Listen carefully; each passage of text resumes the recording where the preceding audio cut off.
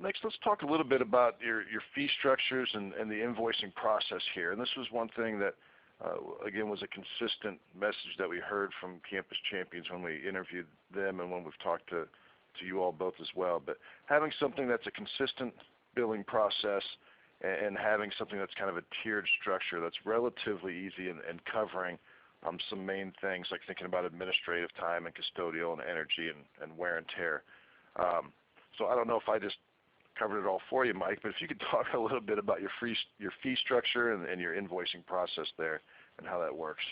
Absolutely. We did find that a tiered structure continued to work for us after we implemented SchoolDude, but based off the data that we pulled from the system when doing the report, we were able to tweak our categories, and our categories are very similar to what you have right up here on the screen.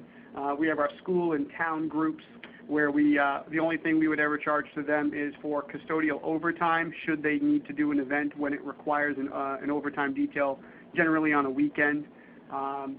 The booster clubs and PTOs we've lumped into that group, and they're the only exception that they're not officially part of our school or our town core responsibilities, but we say that, because they're such a supporter, we put them in there.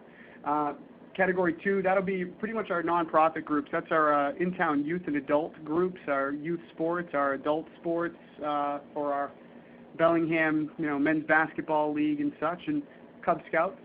And then once we get to the group 3, for us it would be all others for the most part. It would be our for-profit agencies, any out-of-town groups that are not covered by 1 and 2.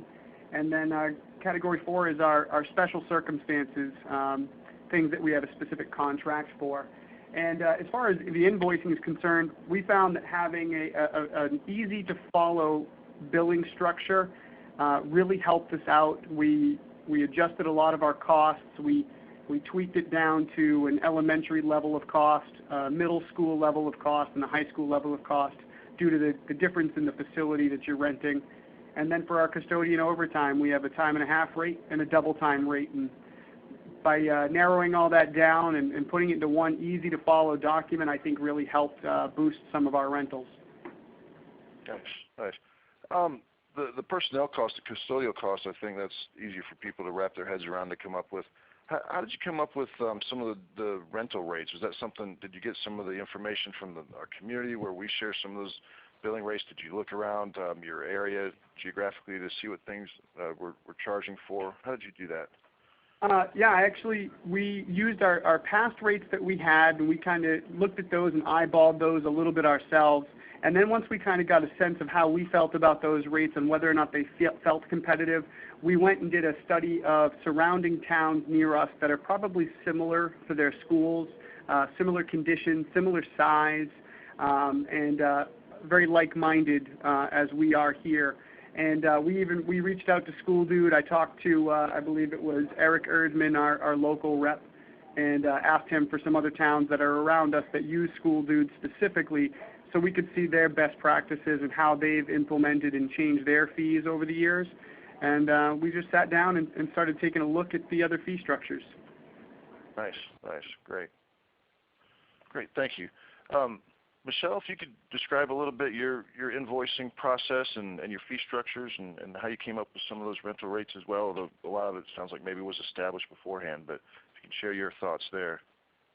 A lot of it was established beforehand, and like Mike, we do have a tiered structure as well.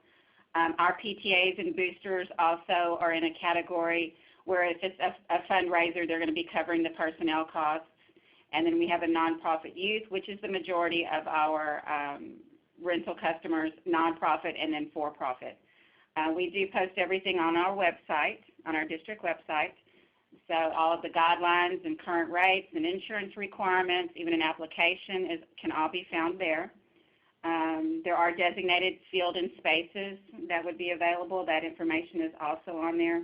Ruth and I belong to the Central Texas Facility Users Group that John Gangus started here.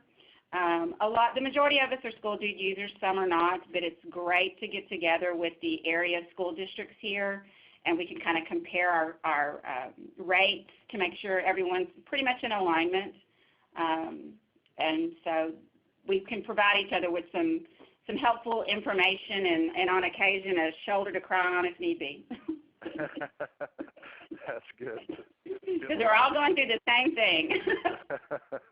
That's right. No, we find that common among schools across the country.